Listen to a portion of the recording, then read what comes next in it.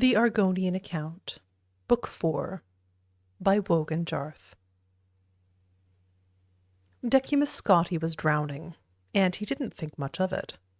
He couldn't move his arms or his legs to swim because of the paralysis spell the Argonian peasant had lobbed at him, but he wasn't quite sinking. The Oncobra River was a crashing force of white water and currents that could carry along large rocks with ease, so Scotti tumbled head over heels, spinning, bumping, bouncing along. He figured that soon enough he would be dead, and that would be better than being in Blackmarsh.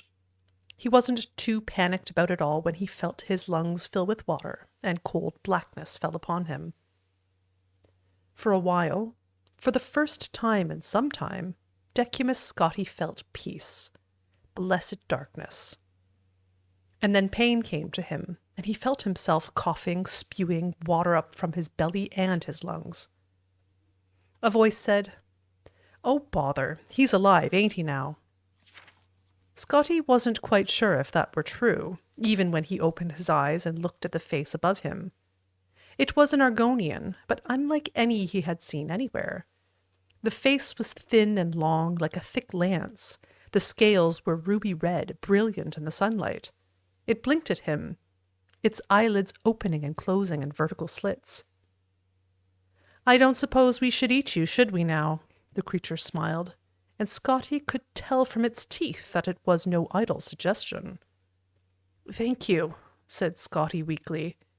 He craned his head slightly to find out who the "we" were, and discovered he was on the muddy bank of the still, sludgy river, surrounded by a group of Argonians with similarly needle-like faces and a whole rainbow of scales, bright greens and gem-like purples, blues and oranges.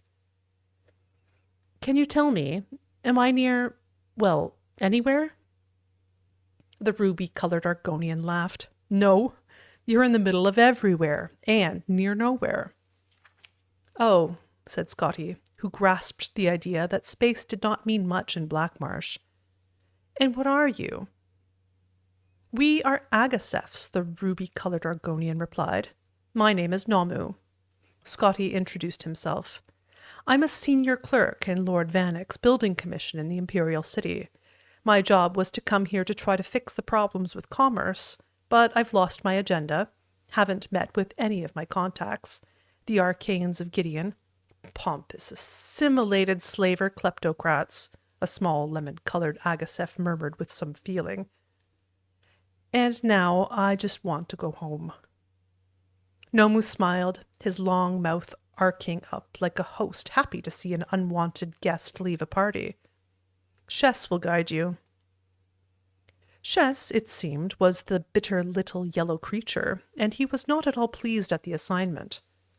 With surprising strength he hoisted Scotti up, and for a moment the clerk was reminded of Gemulus dropping him into the bubbling muck that led to the Underground Express.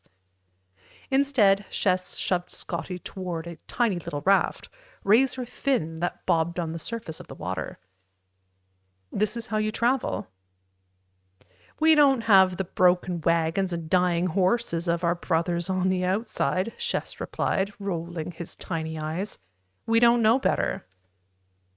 The Argonian sat at the back of the craft and used his whip-like tail to propel and navigate the craft. They traveled quickly around swirling pools of slime that stank of centuries of putrefaction, past pinnacled mountains that seemed sturdy but suddenly fell apart at the slightest ripple in the still water, under bridges that might have once been metal, but were now purely rust. "Everything in Tamriel flows down to Blackmarsh," Shess said.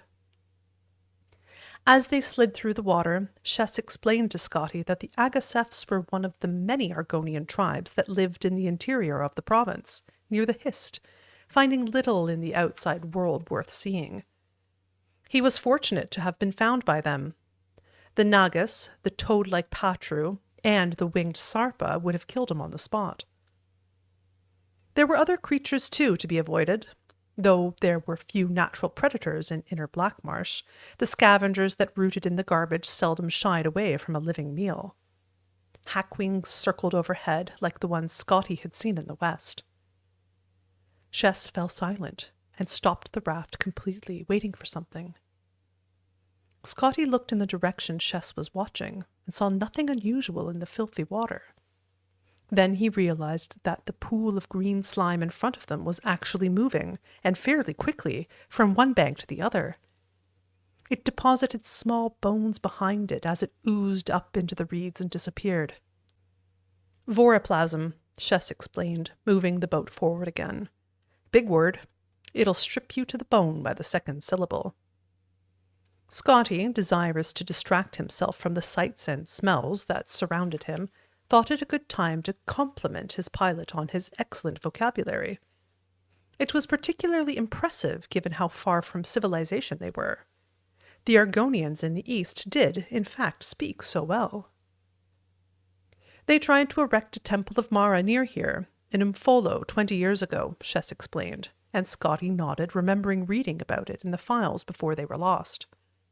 They all perished quite dreadfully of swamp rot in the first month, but they left behind some excellent books. Scotti was going to inquire further when he saw something so huge, so horrifying, it made him stop, frozen. Half submerged in the water ahead was a mountain of spines, lying on 9-foot-long claws. White eyes stared blindly forward, and then suddenly the whole creature spasmed and lurched, the jaw of its mouth jutting out, exposing tusks clotted with gore. Swamp Leviathan, Shess whistled, impressed. Very, very dangerous. Scotti gasped, wondering why the Agastef was so calm, and more, why he was continuing to steer the raft forward towards the beast.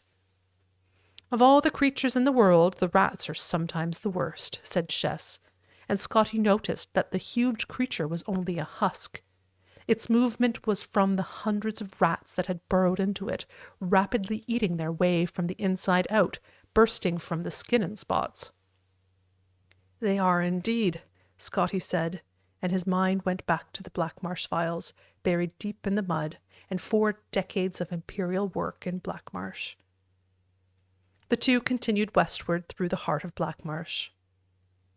Shess showed Scotti the vast complicated ruins of the Kothringi capitals, fields of ferns and flowered grasses, quiet streams under canopies of blue moss, and the most astonishing sight of Scotti's life, the great forest of full-grown hist trees.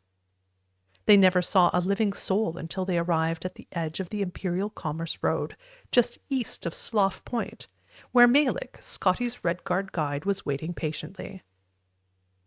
I was going to give you 2 more minutes, the Redguard scowled, dropping the last of his food onto the pile at his feet. No more, sir. The sun was shining bright when Decumus Scotti rode into the capital city, and as it caught the morning dew, it lent a glisten to every building as if they had been newly polished for his arrival. It astonished him how clean the city was, and how few beggars there were. The protracted edifice of Lord Vannick's building commission was the same as it had always been, but still the very sight of it seemed exotic and strange. It was not covered in mud. The people within actually generally worked. Lord Vannick himself, though singularly squat and squinty, seemed immaculate, not only relatively clean of dirt and scabs, but also relatively uncorrupt.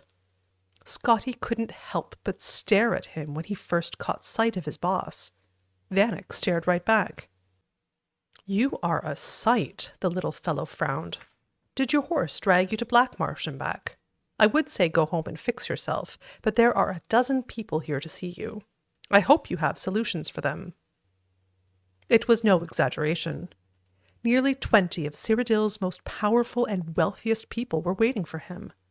Scotti was given an office even larger than Lord Vannick's, and he met with each.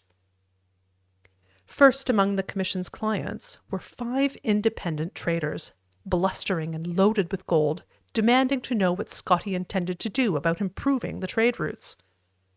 Scotti summarized for them the conditions of the main roads, the state of the merchants' caravans, the sunken bridges, and all the other impediments between the frontier and the marketplace. They told him to have everything replaced and repaired, and gave him the gold necessary to do it.